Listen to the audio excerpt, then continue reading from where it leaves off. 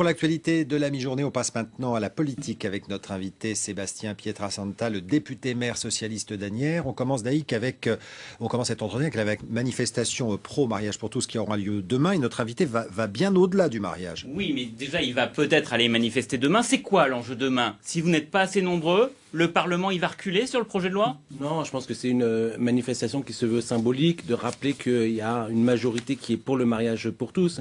Après, on n'est pas là dans la concurrence par rapport aux manifestations des Antilles. Oui, parce qu'ils étaient plus nombreux et vous serez forcément moins nombreux. C'est plus facile de mobiliser contre un projet que pour un projet, c'est sûr. Après, le débat commence au Parlement mardi. Et là est l'enjeu. 5000 amendements ont été déposés par l'UMP, par l'opposition. Vous allez discuter pendant plein de nuits? Vous êtes je crois préparé au combat? Nuit et week-end, mais... Bon, c'est un peu l'obstruction parlementaire, mais ça c'est quelque chose de classique.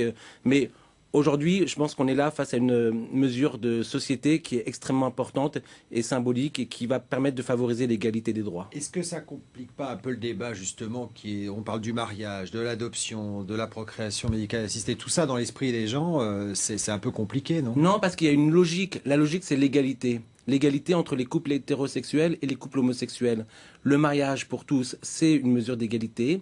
L'adoption, c'est une mesure d'égalité. Et la PMA, c'est une mesure d'égalité. Oui, sauf que le mariage est plutôt accepté par l'opinion. En revanche, l'adoption, non. Et la PMA, encore moins. Or, vous faites partie des 10 députés socialistes qui ont déposé un amendement sur la PMA. Non pas qu'elle soit discutée dans le projet de loi, mais qu'elle soit sûre d'être insérée au projet famille qui sera discuté au printemps prochain.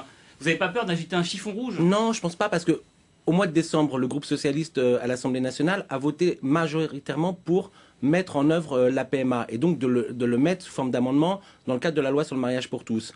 Aujourd'hui, il y a eu un engagement du Premier ministre de faire en sorte que la PMA soit discutée à l'occasion de la loi sur le mariage. Pour pas faire peur et pour pas phagocyter le débat sur le mariage. Non, mais pour donner le temps effectivement au débat, mais je pense que c'était important aussi de faire en sorte que dans le cadre de la loi sur le mariage pour tous, on puisse rappeler l'engagement du Premier ministre à travers l'amendement qu'on a déposé à une dizaine de députés. Alors vous parlez du Premier ministre, qu'est-ce que vous pensez de l'attitude du Président de la République qui a reçu justement les anti-mariages, notamment Brigitte Bardot? Je pense que c'est normal de recevoir... Alors que la loi passera de toute façon, on le sait. Oui, mais je pense que c'est normal de pouvoir recevoir un collectif.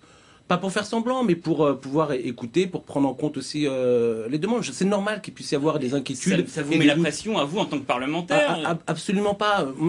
Honnêtement, lorsqu'il y a eu le débat sur le Pacs en 97-98, il y avait effectivement cette peur, cette crainte. Aujourd'hui, les mêmes qui étaient contre le Pacs souhaitent qu'on renforce le Pacs pour éviter le mariage pour tous, mais souhaitent qu'on renforce le Pacs.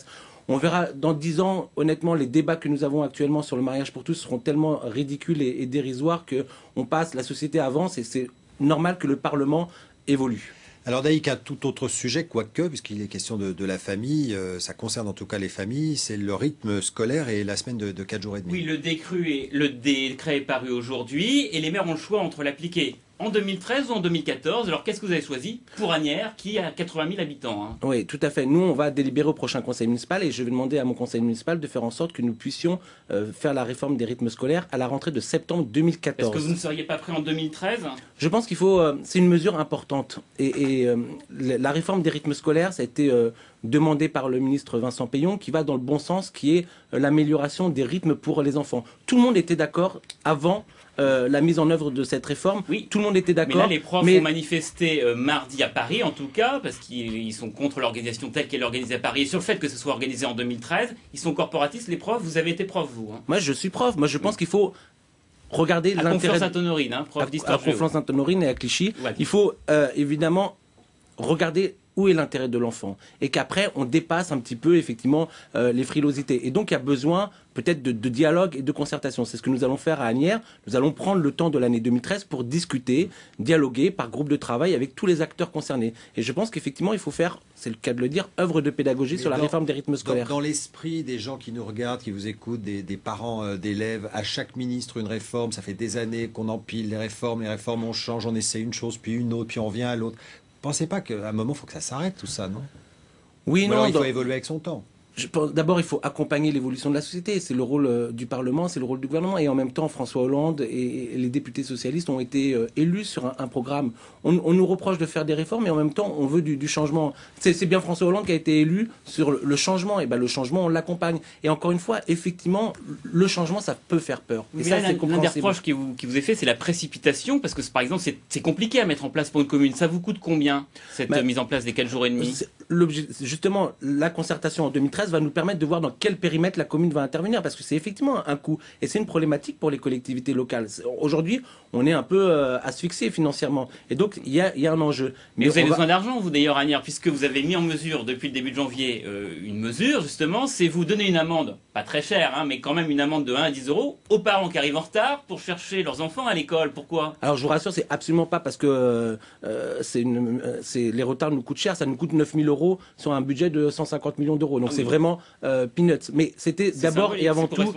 C'est à la fois pour responsabiliser, puis c'est une mesure de respect. Respect vis-à-vis des animateurs qui sont également parents et qui doivent également aller chercher leurs enfants. Quand nous avons des parents qui, de manière récurrente, une minorité certes, mais qui viennent chercher leurs enfants à 19h, 19h30 avec 1 heure de retard... Vous pensez qu'ils le font exprès ou qu'ils peuvent être retardés parce que leurs activités professionnelles les retardent? On sait qu'il est difficile de circuler en Ile-de-France, par exemple, dans les transports. Ou alors ils sont plutôt pauvres et ils n'ont pas de nounou pour le faire. Non, mais évidemment, c'est une minorité, encore une fois, mais c'est un côté abusif. Asnières, on a beaucoup d'usagers de la ligne 13, donc on connaît les galères de la ligne 13. Ça, c'est une certitude. Mais quand c'est une fois, de temps en temps, il n'y a aucun problème. Mais quand c'est de manière récurrente et structurante, ça pose un problème de responsabilité et de respect. De 7h30 à 18h30, c'est pas le rôle d'une collectivité locale. Et l'intérêt de l'enfant, c'est pas de le garder jusqu'à 19h30, 20h. Et ça, on est d'accord, c'est pas super populaire comme mesure. Vous voulez pas être élu maire d'Asnières, en fait.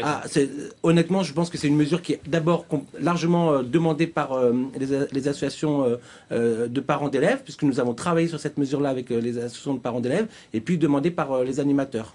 Alors, puisque vous parlez, Daïc, de réélection de maire d'Asnières, on va parler de cumul des mandats. Alors, maire ou député, faut-il choisir? Parce que vous êtes les deux. Donc vous allez devoir choisir. Mais vous allez choisir quand? Parce qu'il y a des collègues à vous, là. Par exemple, le maire de Cergy, Dominique Lefebvre, il a cédé son mandat de maire. Donc pourquoi vous ne le faites pas maintenant, vous? Parce que je pense qu'il faut d'abord voir l'engagement qui est celui du président de la République sur la question du cumul des mandats. Le président de la République l'a annoncé la semaine dernière. Il va y avoir un engagement fort sur la question du cumul des mandats.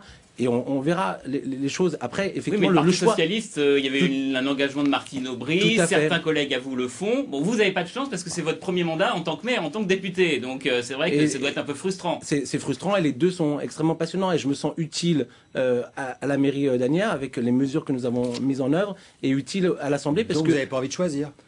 Je devrais choisir, évidement. Et vous choisirez quoi alors? Je ne sais pas. Franchement, je ne sais pas. Parce que, honnêtement, je suis là pour l'intérêt des Asniérois. Et le fait d'être à la fois député et maire, ça permet aussi de... Par exemple, j'ai eu 2 postes RASET supplémentaires grâce au fait que je sois député. RASET, c'est les enseignants qui s'occupent des enfants en difficulté. Tout à fait. Grâce à Manuel Valls, on a une zone de sécurité prioritaire. C'est des choses qui sont importantes et que je peux relayer auprès des ministres à l'Assemblée nationale. J'en suis convaincu. D'accord. Mais en même temps, député, vous êtes 1 parmi 300, en plus dans une majorité, donc on n'existe pas trop. Vous êtes en train de dire que c'est bien de cumuler finalement? Je suis pas en train de dire ça parce que je pense qu'il faut... voilà, c'est un engagement du président de la République et moi, honnêtement, je ne veux pas discuter là-dessus. Vous ne pouvez pas toujours vous cacher derrière le président de la République. Vous en pensez quoi, vous, de ça? Moi, je pense qu'il faut faire attention à ne pas rentrer dans le populisme et de faire croire que les députés, ce sont tous des nantis. La grande majorité des députés travaillent dans l'intérêt de leurs concitoyens. Et l'objectif, c'est vraiment de faire en sorte de pouvoir avoir une complémentarité. Et le fait d'être député permet d'avoir, j'allais dire, de relayer les aspirations au quotidien. Et je ne voudrais pas avoir des députés qui soient non plus déconnectés de la réalité du terrain. Mais bon, vous allez devoir choisir. Alors, vous êtes un député parmi 300 socialistes, on a peut-être du mal à exister. Est-ce que maire, on décide, c'est vous le patron, maire, donc ça doit être quand même plus intéressant. Vous pouvez mettre en œuvre ce que vous décidez. Mais le boulot de maire, ça me passionne. Ça me passionne, c'est vraiment quelque chose que je vis au quotidien. On est décideurs, c'est nous qui décidons. On est décideurs. On est un parmi plusieurs. On est décideurs. Par définition, le maire est responsable de tout, même si c'est pas vrai. Mais effectivement, on façonne sa ville, on la transforme, et c'est passionnant. Et c'est vrai que les équipements nouveaux, les mesures nouvelles qu'on met en place sont effectivement dans l'intérêt de la population. Alors, mais justement, je crois qu'en tant que maire, vous avez une demande que vous allez envoyer à Jean-Marc Ayrault, c'est celle de simplifier les procédures. Vous trouvez que c'est trop compliqué quand on demande des permis de construire? Qu'est-ce que vous allez demander à Jean-Marc Ayrault?